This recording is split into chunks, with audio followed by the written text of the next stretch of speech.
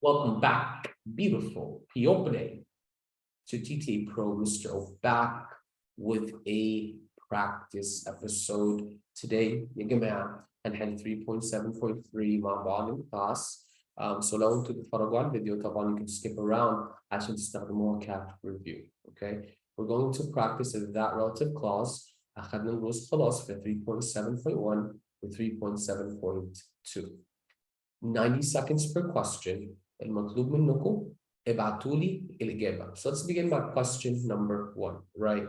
Now again, أنا عايزاكم تبصوا على question number 1, right?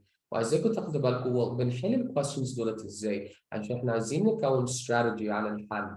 So for example أنا دايما بقول لطلابي أيا كان right عشان أيا كان نقرا الجملة كلها. أنا عارف دلوقتي إحنا بنحل isolated topics. تمام، ولكن it's really important برضو نتعود على good test taking skills. and a good skill معناها نقرا الجملة من البداية للنهاية. right? So here for example, this is my thing right here. Picasso is known for his fascination with so-called primitive art, a term Europeans used when referring to African masks and statuary. That's just racist, by the way. I just like to say this. That came in one of the books that I use, so I just feel like that's racist, but not enough. A term used when referring to African masks and statuary that for Picasso also encompassed ancient carvings from Iberian Peninsula. So our first question here, بقى عايزاكم تقروا الجملة ديت. إيه المشكلة right هنا في السنتنس؟ عشان فيها مشكلة right؟ احنا قلنا في rules معينة لازم نمشي عليها بالنسبة للrelative clause، واحنا قلنا one of the rules الإجباري في الrelative clause، والإجباري لازم يبقى فيه a verb. اوكي، لازم يبقى فيه a verb ده إجباري right؟ ده ما فيهاش شك. أيا كان بنتكلم عن that أو بنتكلم عن which أو بنتكلم عن who. So انتوا قرأتوا الidea ده right؟ That for Picasso, comma also encompass. So أول سؤال ليك، في مشكلة هنا؟ Is there a problem؟ يعني نفكر وهو that صح؟ well جاي بعديها ايه؟ فين الverb؟ فين الverb بتاعت relative clause؟ So these are the things عايزاكم تاخدوا بالكم بيها right؟ تسألوا نفسكم الquestion ده right؟ حد يقدر يقول لي؟ عشان that محتاجة verb correct؟ So فين هو؟ What's the verb؟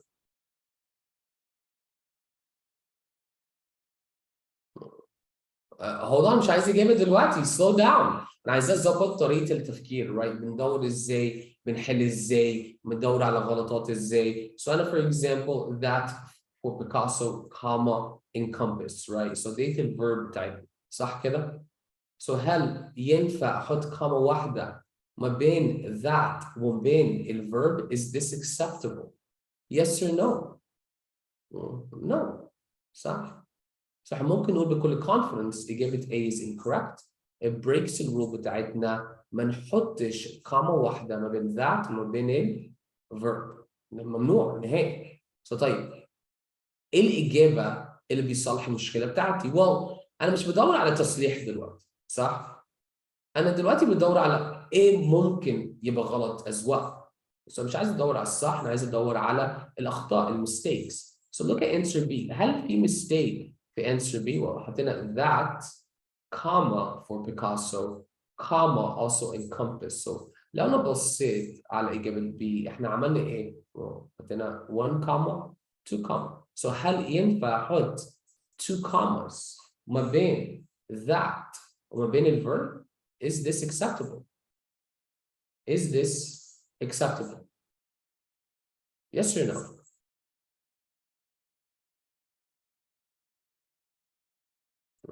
Ali good. علي بيقول لي yes and it is acceptable. It is acceptable. So دلوقتي إجابة B عجبني إجابة B. أنا هركز على إجابة B بس ده الإجابة ومش دلوقتي. أنا عايز أبص برضو على إجابة C وإجابة D قبل ما أشوف إجابة B right؟ قبل ما ألاقي الإجابة بتاعتي. So look at answer C بقى.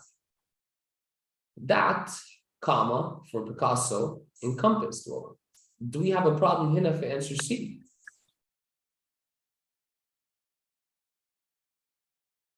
هل عندنا مشكلة هنا in answer C.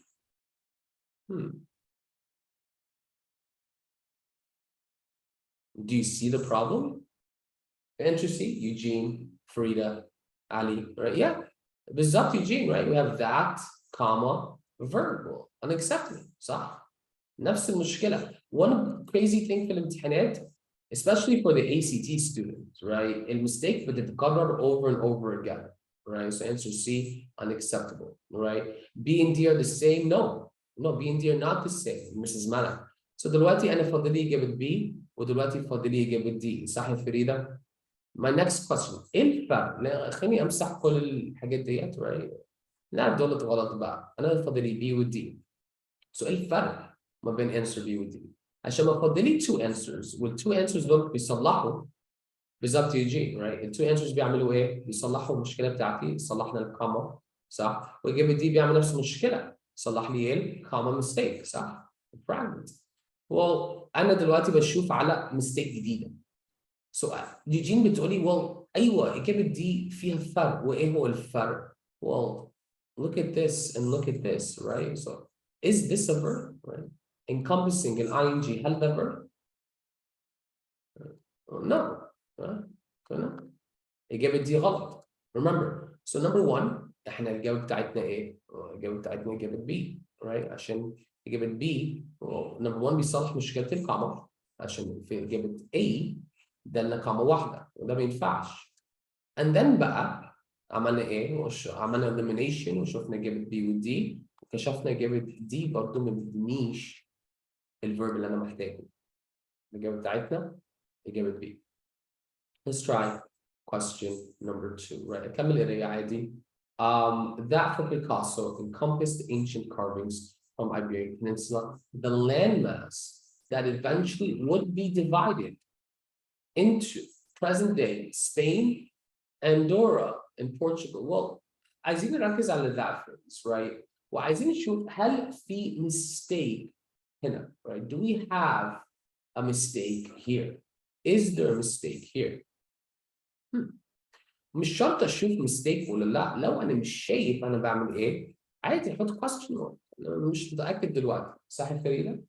صح يا علي؟ I don't know, right? علي بيقول لي there is a mistake. well ايه هو المستيك هنا يا مستر علي؟ right? ايه هو المستيك؟ عشان مش بالاحساس هو بالrules. so انا بشوف that, اوكي طيب تمام, في comma قبليها لا سليمه. There should be comma after landmass, right? well ده مستحيل. صح يا علي؟ right? comma that is incorrect. واحد من الرولز بتاعتنا احنا مش عايزين عامة نحط punctuation, right? comma before that يجي, right? مش عايزين نحط punctuation قبليها. So answer A, again, there is no real problem. But look at B, dash that. هو ده ينفع؟ right? semicolon that, comma that. هل دول ينفعوا؟ right? No. One of the rules خدناها بالrelative clause مع that specifically ما ينفعش نحط punctuation قبليها. So now we're left with answer A. Okay? Let's try number 3. Look at this. Again, عايزين نقرا الجملة كده. Okay, أنا بقرا عادي على فكرة. وصلت هنا number 3. Okay, كمل القراية. That its striking shapes and contours made their way into his own compositions, comma, contributed to his radical restructuring. Okay, so now answer A. I ask myself, well, do I have a problem? هل في مشكلة هنا في الإجابة؟ We need to think about the rules. ومش لازم أقرر دلوقتي, مش شرط يعني, مش لازم خالص. You know, ممكن استنى على إجابة A, ممكن نشوف إجابة B, C و D. ونشوف بيحطوا ايه وبيزيدوا ايه. بس دلوقتي عايزينكم تفتكروا الرولز, right? عشان التطبيق. مش دلوقتي نطبق الاكزام سكيلز, عايزين نفتكر الرولز. So لو طلبت منكم هنا فيها mistake, well there is a mistake. ايه هو المستيك؟ واحنا قلنا المستيك ده بيبقى واضح حتى لو مش عارفين السبجكت, احنا عارفين عامة ما ينفعش ايه؟ comma verb صح؟ comma contributed يعني right؟ هل ينفع comma verb? No, it's unacceptable. طيب على السؤال here that is striking shapes and contours made their way into his own composition. انتوا فاكرين ده ايه ولا لا؟ This is what we call a noun clause. فاكرين a noun clause ولا لا؟ So noun clause ممكن يبدأ ب that or ممكن يبدأ ب who or ممكن يبدأ ب what else how or ممكن يبدأ ب why. So for example أنا ممكن أقول why you study is important, right? فاكرين أول phrase ده why you study ده noun clause يبدأ بال WH word منهم that وجاي بعديها ايه الverb بتاعتها right? So here that is striking shapes and contours made their way into his own composition ده كل ده subject فاكرين ده؟ فاكرين احنا قلنا noun clause ممكن يبقى the subject of a sentence right? So answer ايه غلط ليه؟ عشان حاطين comma واحدة ما بين ال subject هنا noun clause وبين ال verb. So احنا عارفين ده ما ينفعش. أنا عايز بقى أشوف الإجابة اللي غلط وعايز أشوف برضه الإجابة اللي بيصلح المشكلة. Look at answer B. في حد عارف ليه answer B غلط؟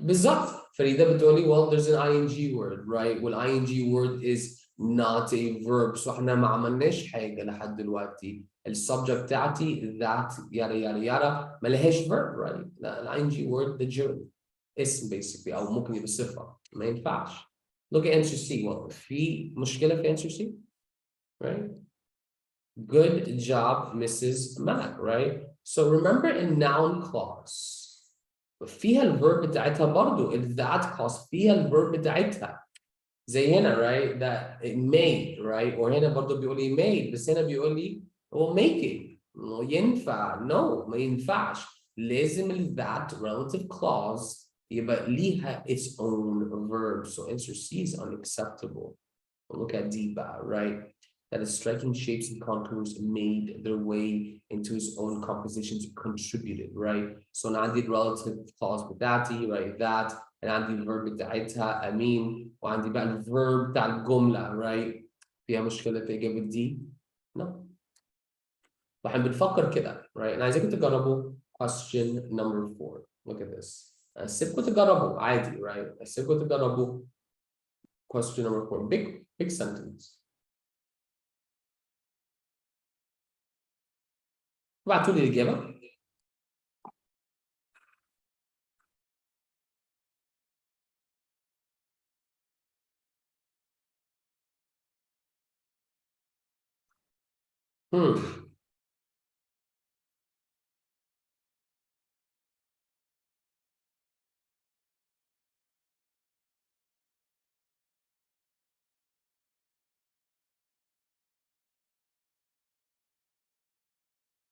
Try that again, Mrs. Farida. Try that again, Mrs. Eugene. Try that again, Mr. Ali.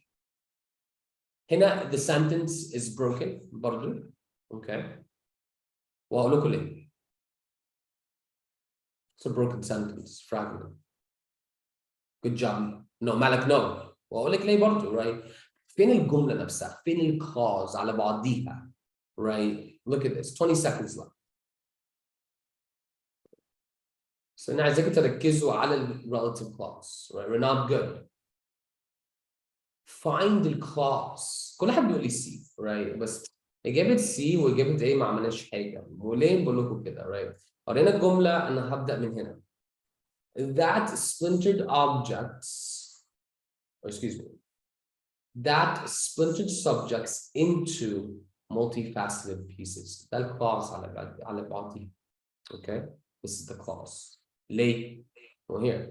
That splintered A, is subjects, right? The object into multifaceted pieces. في حاجة احنا هناخدها and that is زي that clause preposition برضو عامة ما بتاخدش punctuation قبليها عامة 90% of the time مش عايز اقول لكم على طول بس 90% ممنوع نحط preposition أو punctuation قبل ال preposition. هنا الدبل داش الإجابة بتاعتنا اللي قال لي إجابة A well you're splitting the sentence splintered subjects into ده بيجي على بعض. So answer A is incorrect, right? Look at answer B. That splintered subjects dash into multifaceted pieces. فكده احنا قلنا الدبل كوما ده عامل زي كوبري وبرده الدبل داش ده برده عامل زي ايه؟ عامل زي الكوبري، right؟ الإجابة بتاعتي إجابة B. في إجابة C برضه لسه ما عملناش حاجة. ده splintered subjects dash. من كده بقى قاطع الnoun أو الobject من الpreposition. عشان دايما preposition مرتبطة بحاجة. For example, Malak went into the room, right? So Malak عملت ايه؟ She went where? Into the room. نفس الحاجة هنا, right? So ما ينفعش إجابة C. وإجابة D برضه well that splintered subjects into multifaceted pieces, right? Well, here we need a comma هنا في الآخر, comma, ing, فاكرين introductory clause, فاكرين قلنا مع ال ing phrase لازم ناخد comma يا قبليها يا بعديها. That was a hard one. Right? So we'll answer B. Okay.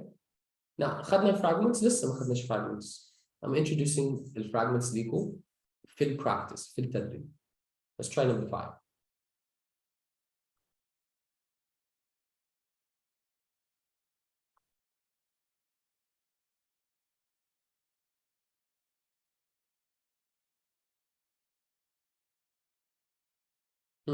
Think about it. فين subject, فين verb, فين object. Don't break a sentence. Keep the clause على بعضيها. Right? It's a clause. Clause معناها it's one big phrase. Right? Good job, Eugene. Mrs. Malik, try again. A clause معناها phrase كبيرة. Right? A whole phrase. Right? Farida, try again. Ronaldo, okay. Ali, try again. No shame in your game. Farida, better. أنا عايزك تشوفي الفرق ما بين إجابتك يا فريدة وبين الإجابة الثانية، وعلي برضو أنا عايزك تشوفي الفرق between the two answers, right? وبرضو ممكن نستخدم elimination. I'm surprised في قال لي إجابة C. Right? فحد يقدر يقول لي ليه إجابة C غلط؟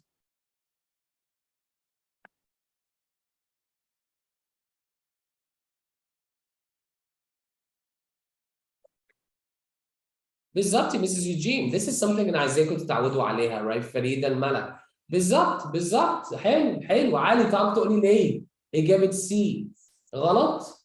So احنا ممكن ما شفناهاش في الأول بس طالما شفناها that's important, right?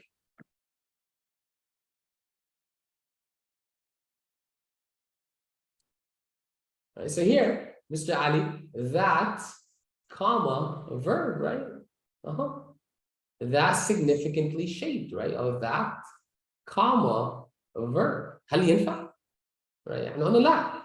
You know, مش عايزين نقسم السبجكت من الverb, that من الverb. عامة comma verb بتبقى غلط, right? So إجابة C is incorrect. اللي بعد إجابة C, شوف إجابة B برضه, look at this, right? Works, comma, that, ده طبعا غلط وعارفين كده. Look at answer A. He produced works that shaped surrealism, not to mention the ongoing resonance of his legacy, right? So here, they give it A, هنا shaped, right? Shaped إيه بقى? Surrealism, expressionism, not to mention his legacy. دول objects بتاع الverb. كل دول الverb بيطبق عليهم, right? مفعل به. Right? مفعل به or مفعل, I don't know. I want to say joke. Answer D. Leave it alone. فاضية كده. سادة. Let's try number 6. Number 7. Number 6 بتيجي في الآخر. آسف على الخط. That one I have to change. أنا بقالي كذا شهر بقول هغير الستايل ده. مش عارف ليه طلع كده.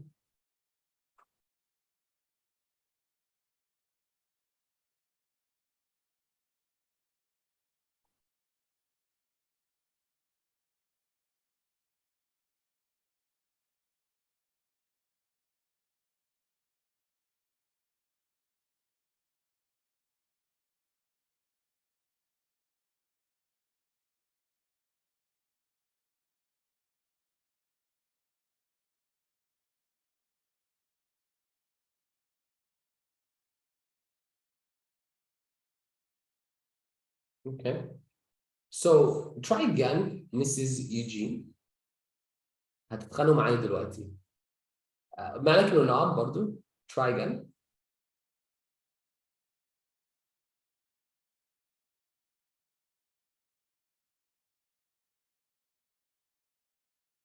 Yes, it is confusing. Yeah, هتلفوا لفة.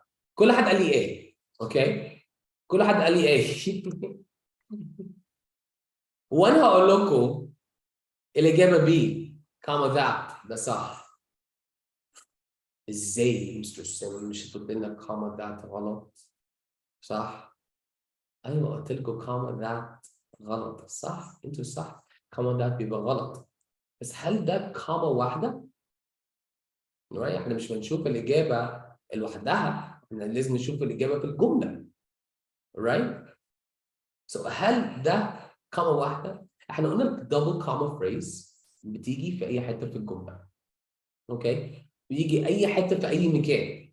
So here the artists developed a visual language of geometric planes and compressed space, comma that rejected conventions of perspective representation. Okay, so ده مش one comma ده double comma. واحنا قلنا الحصه اللي فاتت عادي ممكن احط double comma ده صح زي double comma verb ده بتيجي صح. اللي ما ينفعش كاما واحده ده بيبقى غلط زي كاما واحده verb ده بتبقى غلط. So انتم قلتوا لي اجابه ايه؟ عايزين تعتمدوا على الحفظ.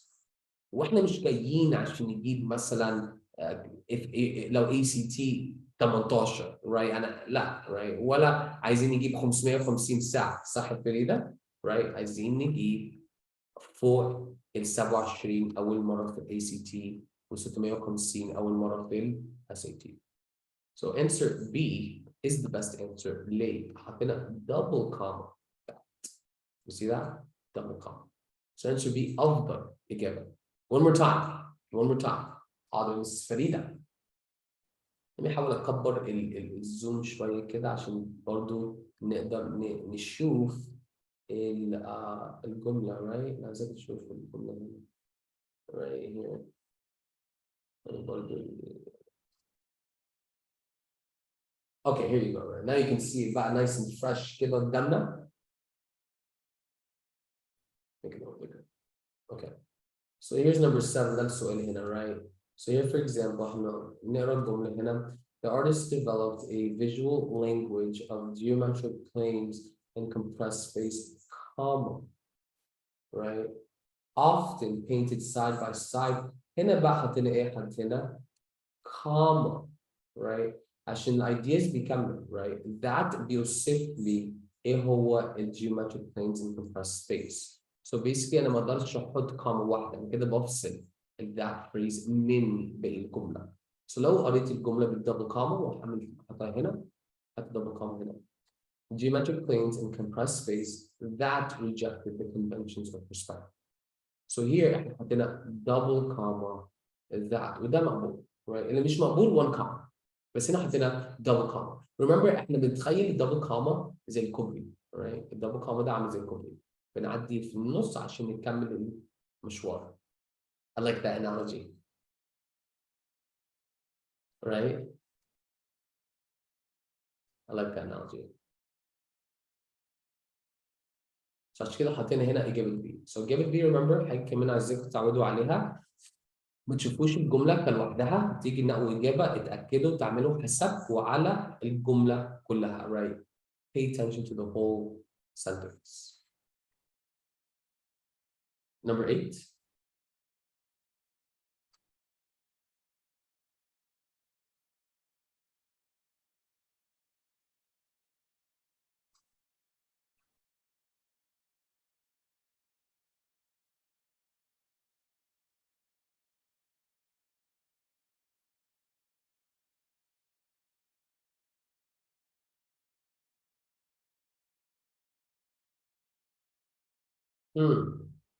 Think of the subject والverb.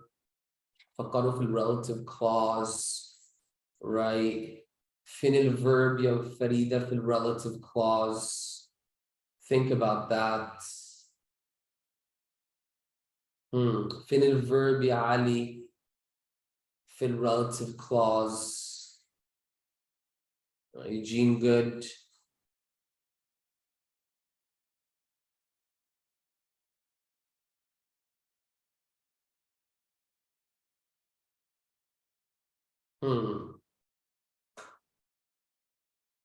بالظبط يا علي. So انت بقى عملت ايه؟ انت حطيت ايه هنا عشان يفصل that من الverb؟ ده ينفع ولا لا؟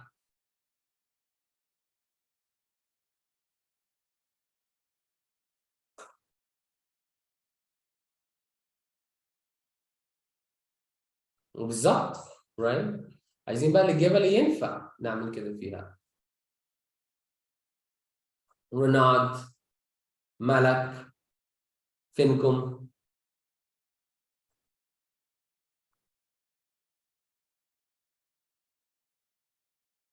Renard, excellent. Ali, excellent. Malak, excellent. Cubist works challenge viewers to understand a subject that, when broken down, became a whole verb بتاعتنا صح؟ شايفة يا فريدة حطينا كومة واحدة ما بين that وما بين ال verb, right؟ هل ده ينفع؟ ما ينفعش. Right? That, comma, verb, right? Wrong. إجابة B now علي, right? That, comma, verb, right? ما عملناش حاجة. نفس المشكلة. See, broken down شكلها شبه الverb, right? صح يا فريدة؟ No, it's not. لازم يبقى فيه tense, right? So here, that, comma, when broken down became whole verb. هل في؟ No, مش ينفع, right? That, comma, when broken down, comma, became Allah ينور. Answer D.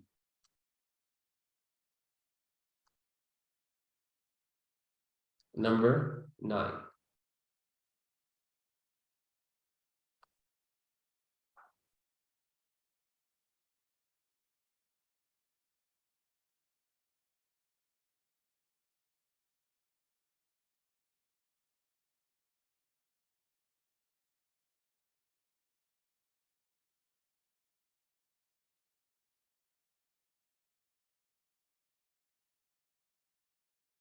Okay, Malik. The direct, I think. Right? Okay, Eugene. Okay, Ali. Farida. No, ma'am. خدي بالك بالmeaning بقى. This is direct, Mrs. Malik. Good job.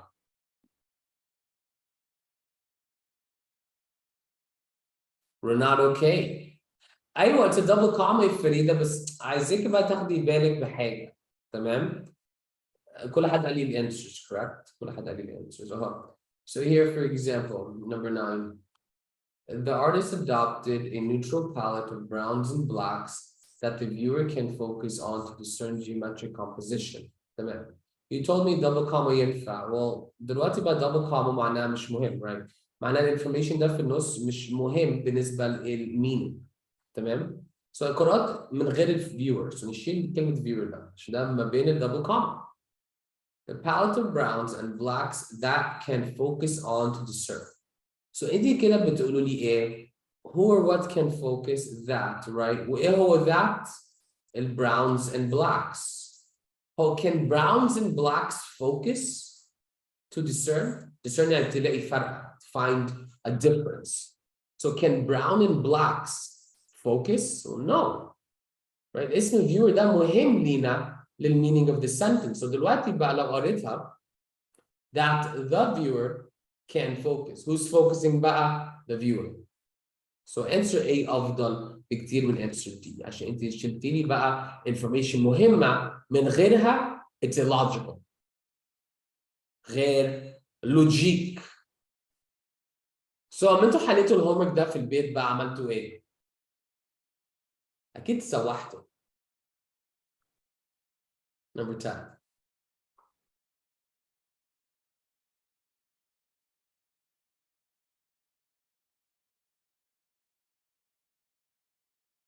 And it's okay. because I expect that. يعني ده مش معمول يبقى السهل، ده مش معمول يبقى كنافة. I'm not about that كنافة life.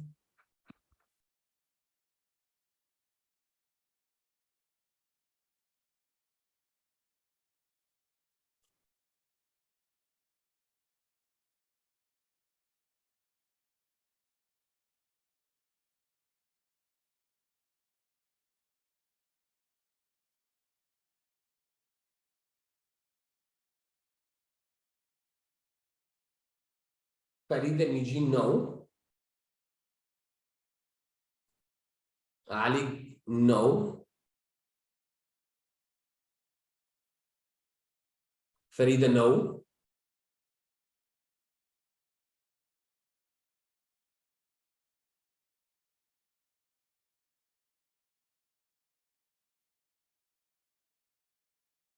وانه use elimination guys, right؟ ده انا عايزاكم تعملوها. فريدة third time is a charm. انا عايزاكم تستخدموا elimination، عايزاكم تركزوا، انا عايزاكم تجربوا، انا عايزاكم it's tricky بالنحوان، right? We're not good, right? مالك. You see كل حد بيقول لي جاب B, right? Cubism marks a pioneering moment in the history of art, one that ended. Remember احنا قلنا في بداية الكورس عايزين نفصل independent idea من dependent idea، مش عايزينهم يخشوا في بعض كده. So answer A غلط عشان answer A بنحسبها كrun on sentence. Okay? not answer A غلط. answer B غلط عشان answer B بنحسبها run on sentence. Right? عشان دلوقتي main idea independent idea داخله بقى شلتوا الداش داخله في dependent idea. Right? وإجابة C ما ينفعش السيميكون، لسه ما خدناش السيميكون. اوكي لسه ما خدناش السيميكون، بس اجان الفكره في الحل بنبدا نقدم افكار جديده عشان ناخدها بعدين مش يبقى تقيله او غريب علينا. السيميكون بيجي قبليها وبيجي بعديها independent idea، واحنا خدنا برضو كده في بدايه right، بس ده one that ended when many of its leading practitioners Braku among them enlisted to fight. This is dependent, right? عشان that clause كل ده على بعضيها dependent. So answer C no, right? Answer D well احنا قلنا that محتاجة ايه؟ محتاجة verb. Excuse me. that محتاجة verb, right? So again, this is a fragment, not a verb هنا في الجملة. Our answer is A. قلت لي مستر سامح لسه ما خدناش داش. ايوه لسه ما خدناش داش، ولكن لما نيجي نحل ندور على ايه هو غلط وايه هو الصح. It makes it easier. Okay. والباسجز دولت is it okay to use one dash عشان اريح دماغكم من الاول. لو عندي independent idea, right? Cubism marks a pioneering moment in the history of arts. الداش ينفع, right? Independent idea dash ينفع. Independent idea colon, right? النقطتين دولت ينفع. Okay. And finally, number 6. Oh, number 6. عشان we skip 6 فاكرين؟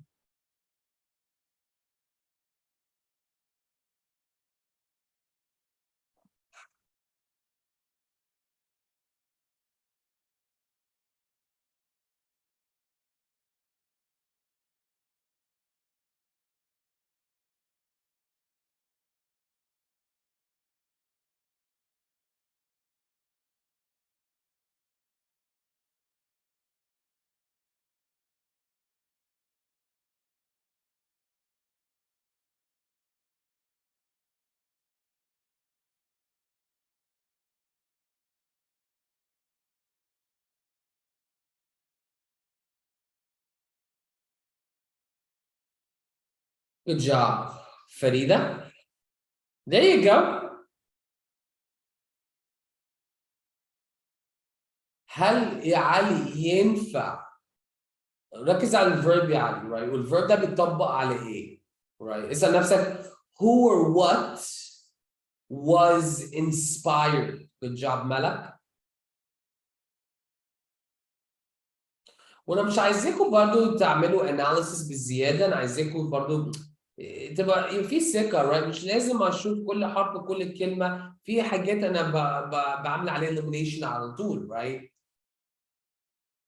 How Eugene? Well, that's an independent idea, a dependent idea. Where's Rana? Ranize, right? So here, اساسا ما فيش مشكله. لو ما فيش مشكله مش هدور على المشكله. إجابة B أهو calling that ده غلط، right؟ مش عايزين نحط punctuation قبليها. Answer C. شايف يا علي؟ That inspired. Inspired إيه بقى؟ Paintings. ده الverb وده الobject. ما ينفعش إيه؟ نحط comma بينهم، صح؟ Answer D. Period dependent. Right? That's pretty cool, Renat. So ينفع يبقى عندي period dependent? Well, no. صح؟ Eugene? That's why my answer is A. No need to be sorry. I'm going to do the actual دلوقتي. That came 3.7.3 or 2 مش فاكر. That practice, you can learn anything. Mr. Sama, out. Do, do, do, do, do.